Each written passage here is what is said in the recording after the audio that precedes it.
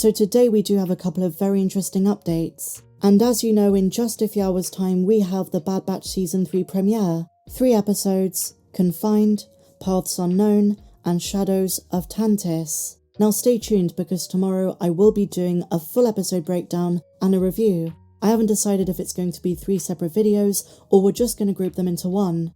In either case, our last bit of preparation, an exclusive interview with the Bad Batch producers, Jennifer Corbett and Brad Rao. We've covered numerous reveals from their press tour, but now they provided one final interview with StarWars.com. Let's take a look at what they said. And stay tuned because afterwards, we're going to look at some brand new information for the Mandalorian and Grogu movie.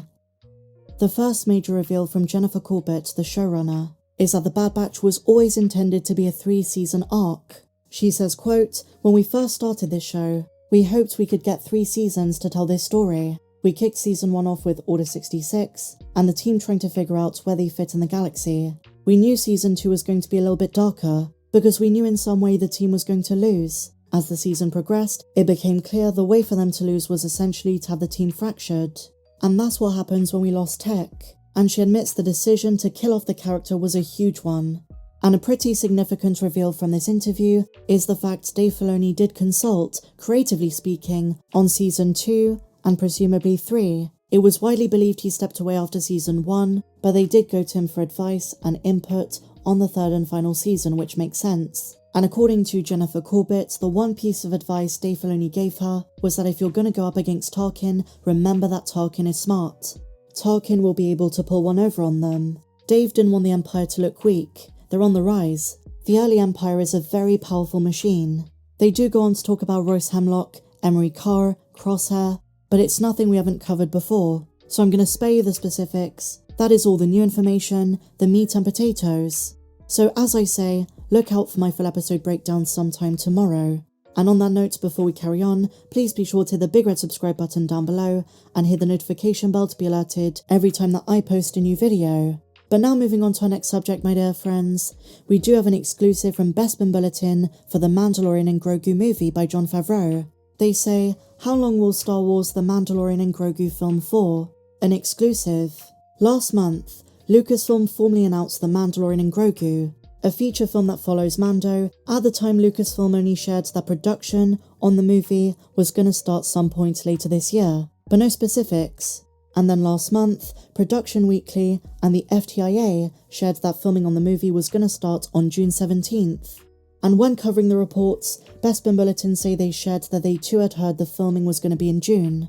And so now, they can reveal when filming is going to start and when it's going to end, as well as the budget. According to their sources, filming on The Mandalorian and Grogu runs from June all the way up to October of 2024, making it a 4-month-long shoot.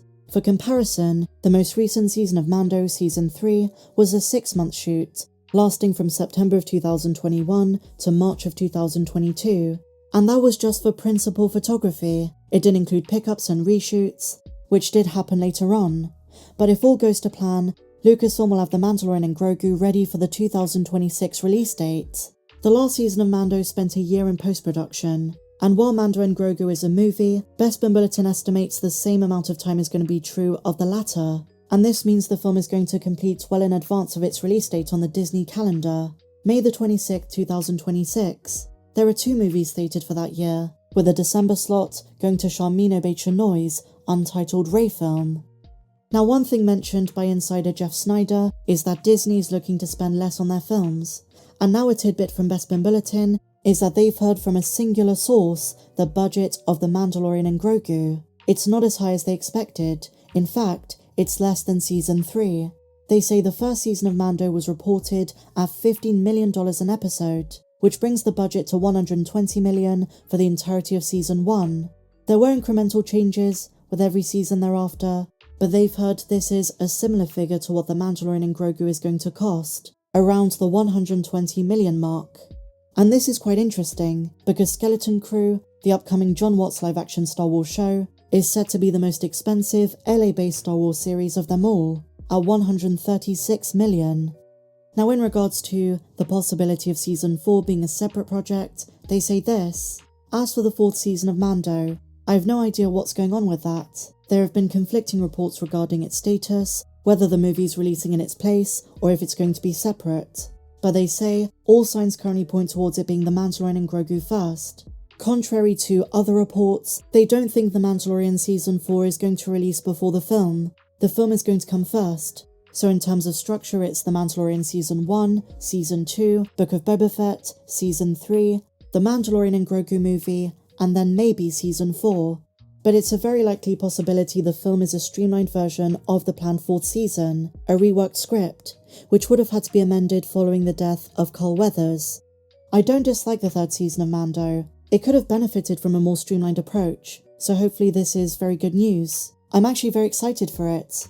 But those are the updates from Bespin Bulletin. Now we do have another massive piece of Mandalorian news. According to the reporter and leaker Daniel RPK, Daniel Richman, the actress Angela Bassett has met with Lucasfilm concerning a role in an upcoming Star Wars project. And a lot of fans had one character in mind, Rey Sloane, the only other surviving Grand Admiral, out in the unknown regions, working with Hux, the Sith Eternal. This story is something I think Jon Favreau and Dave Filoni inevitably have to bring back in. Again, it's all speculation and it's all hearsay. This could be for something very different. But nonetheless, if production is starting on The Mandalorian and Grogu sometime in the next few months, then it makes sense there are going to be some new cast members as well as those we already know from the first 3 seasons. And so finally, my dear friends, in other Star Wars news, a new book about the rise and fall of the Empire is coming soon. The Rise and Fall of the Galactic Empire is coming out on July the 9th, and it's written by Chris Kempshall. This is going to be a very political book in the context of Star Wars. And here is the blurb: uncover a history of galactic evil. So this is how liberty dies, with thunderous applause. A quote from Senator Padme Amidala from episode 3. It says, "When Sheev Palpatine declared the birth of his new empire, he expected it would stand for thousands of years. Instead, it only lasted 24. This is the story of how a tyrannical regime rose in the ashes of democracy, ruled the galaxy with an iron fist, and then collapsed into dust. It is a story of war and heroes. It is a story of propaganda and the power of fascism. But most of all, it's a story of normal people trying to live their lives in the face of brutal dictatorship." Quite exciting. From the barbarity of Darth Vader's campaigns to the horrors of the Tarkin Initiative, this book offers new insights into the dark entity at the core of the Star Wars saga, with chapters covering economic strategy, political organization, propaganda, crime and punishment, military tactics and warfare, giving even the most expert Star Wars fans a fresh perspective on the Empire. I'm excited for this because we get our first proper look at the inner workings of things we may not have thought about. It's a way to create a new canon of events and a new understanding of Palpatine's regime. As Marva said in Andor Season 1, there is a wound that will not heal at the centre of this galaxy.